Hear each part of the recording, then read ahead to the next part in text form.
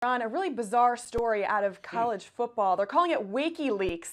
Wake Forest firing Tommy Elrod, who is a former player and current radio analyst who leaked game plan information to opposing teams. And this story just continues to get more and more bizarre. So joining us now is Tommy O'Toole, the assistant sports editor at USA Today and a Wake Forest alum. And Tommy, I know we've been family friends for a while, so thank you so much for joining us on short notice here. I want to ask you what your thoughts are on this topic as a Wake Forest alum. But first, as a journalist, what was your reaction to this? Well, Alexa, as a journalist, I was pretty surprised. It is a bizarre story. It's a good story from a journalistic standpoint.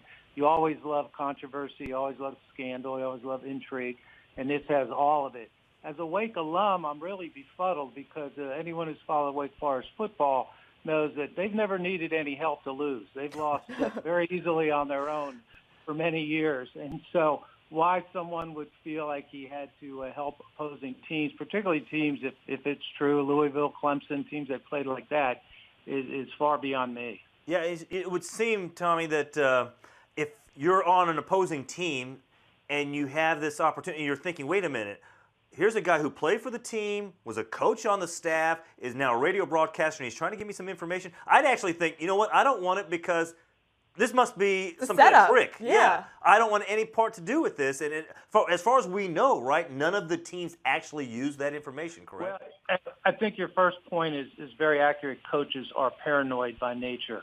They don't like new faces. They don't like people they don't know. They don't trust pretty much anybody. So the other thing, though, is the guy's been around. He's been a player. He's been an assistant at Wake. He probably knows a lot of people, particularly in the ACC. He has a lot of contacts. So is he only reaching out to maybe people he's known from coaching conventions, coaching clinics, things like that, maybe people he played with? You never know. And you're right. We don't know that anybody used it. We don't know that they technically even received it. The statement from Wake says that he either delivered or attempted to deliver this proprietary information to opposing teams. You can, make your guesses on whether teams took it or not. This came out after the Louisville game when Wake Forest led Louisville in the fourth quarter, and then all of a sudden Louisville blew the game open and won by several touchdowns, which makes you wonder if they only had access to the fourth quarter game plan and not the rest of it. Right. Do we know what the reason behind it was? Why he's the disgruntled former player, coach, and now former radio analyst? Well, obviously he's not speaking, and his lawyer, who's also a former Wake Forest player, is saying they're not going to comment on it at this time. On its face, you look at a guy who played there, was a grad assistant there, was an assistant there, was probably very tied and loyal to Wake Forest, probably thought he had a career in coaching. A new staff comes in, and like most new staffs do or new coaches do, he cleaned house. And so this guy was out of a job. The radio crew picked him up. By all accounts, he was a pretty good radio analyst. He could break down a game pretty well.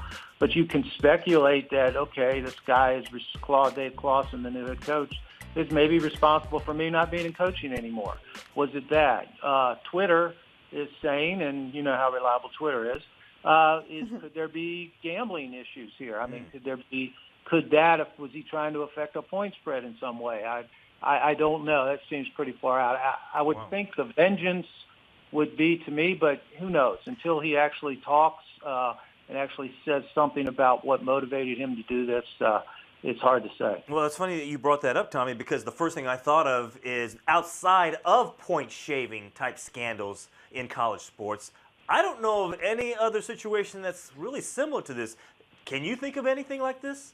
Not to this extent going back over 3 years. There was a situation at Tennessee, in the late 90s, early 2000s, that a grad assistant, former player, I believe was faxing some information down to Florida at a time when the Tennessee-Florida rivalry was pretty hot. He got caught doing that. You hear from time to time. But if this has been going on for 3 years, and this guy had all sorts of access, I'm told, to team meetings. The school even said they allowed him to watch film. They really opened the doors to him. And why wouldn't you? A former player, former coach, knows the game, and he's going to be on radio. It helps him too to have a full understanding of what the team is trying to do as he's breaking things down for the radio audience. But on another level, it's kind of refreshing to have a football scandal for Wake Forest because they really have ever been good enough or involved enough to have something like that. It is a little different.